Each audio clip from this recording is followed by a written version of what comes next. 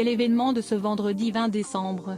TF1 lance pour la première fois un numéro spécial et unique de Masked Singer à l'occasion des fêtes de Noël. 10 célébrités vont se cacher sous des costumes toujours aussi impressionnants et tenter de dissimuler leur voix en chantant. Et toutes seront démasquées durant la soirée. Pour le retour de l'émission un peu en avance, Camille Combal récupère sa place d'animateur et, sur le banc des enquêteurs on retrouve Kev Ams, Chantal Latsou, Angoune et Laurent Ruquier. Ce dernier se plaît dans ce rôle depuis la saison précédente, après avoir fait un petit tour de 3 mois sur BFM TV à la tête du 20h de Ruquier. Le journaliste et présentateur a également récemment été vu en tant que candidat dans Les Traîtres sur M6 mais aussi aux commandes du maître du jeu sur TF1. Bref, Laurent Ruquier ne se tracasse plus et va là où l'envie le mène. Mais pendant plus de 30 ans, il a été fidèle à France 2.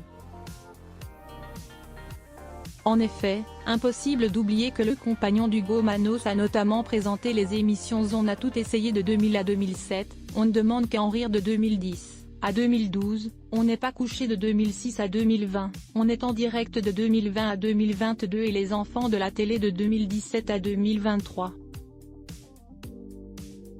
Mais c'est en 2020 qu'il a commencé à exprimer des envies d'émancipation, lorsqu'il a pris la décision de stopper On n'est pas couché, aux grandes dents de la productrice de l'émission et sa collaboratrice de 20 ans, Catherine Barma.